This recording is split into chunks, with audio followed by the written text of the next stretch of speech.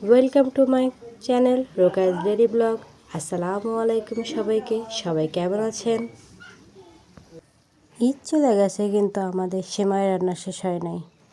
রাজবাজে কয়টা এখন ভাই আমার বলতেছে সে নাকি লাচ্চা সেমাই খাবে। সো আমি আর আমার ভাবি কাজে লেগে গেলাম। হাই হাই রে, কতগুলা পানি ঢেলা দিল রে, কারে দিছে রাজার পাট। সে তার কুট্টো কুট্টো হাত দিয়ে সুন্দর করে রান্নাটা শুরু করেছে।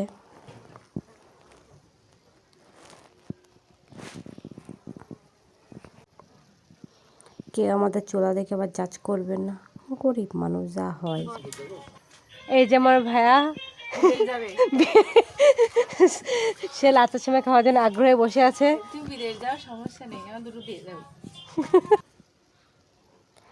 আমরা আবার এর ভিতরে কিন্তু গোড়া দুধ অ্যাড করতেছি। আমার ভাবি কোট্টো কোট্টো হাত দিয়ে 3 প্যাকেট গোড়া দুধ দিয়ে দিল।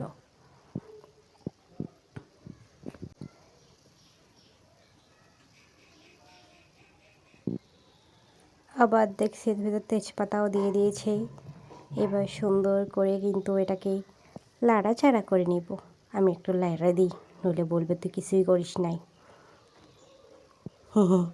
চোখসাপাট।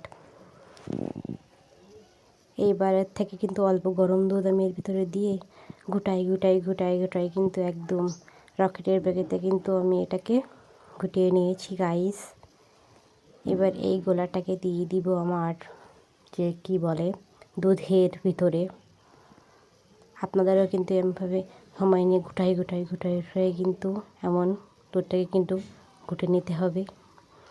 এইবার এগুলো দিয়ে দিব আমাদের ধোঁয়ার ভিতরে রয়ে যাওয়া দুধের ভেতরে। আমি কিন্তু এখানে অনেকটাই চিনি ব্যবহার করেছি, কিন্তু আপনাদের অল্পই দেখিয়েছি। সেইগুলোকে ভালোভাবে ঘুটাই নিব। এবার দিয়ে দিব লবণ, আপনারা না চাইলে নাও দিতে পারেন। এবার কিন্তু সুন্দর করে ঘুটাই এটাকে ভালো করে জাল করে নিচ্ছি। এই যে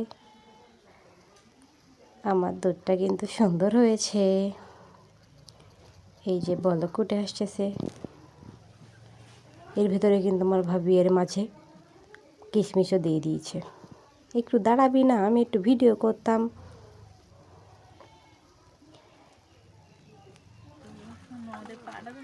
দেখুন কত সুন্দর হয়েছে। কি করার, কিছুই করার নাই।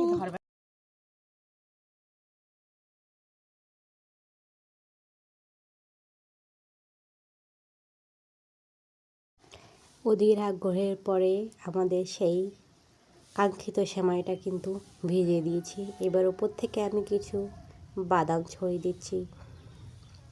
সো কিন্তু এরপরে ভিডিও আমি করতে পারি। Thanks for watching and like, comment, subscribe. By.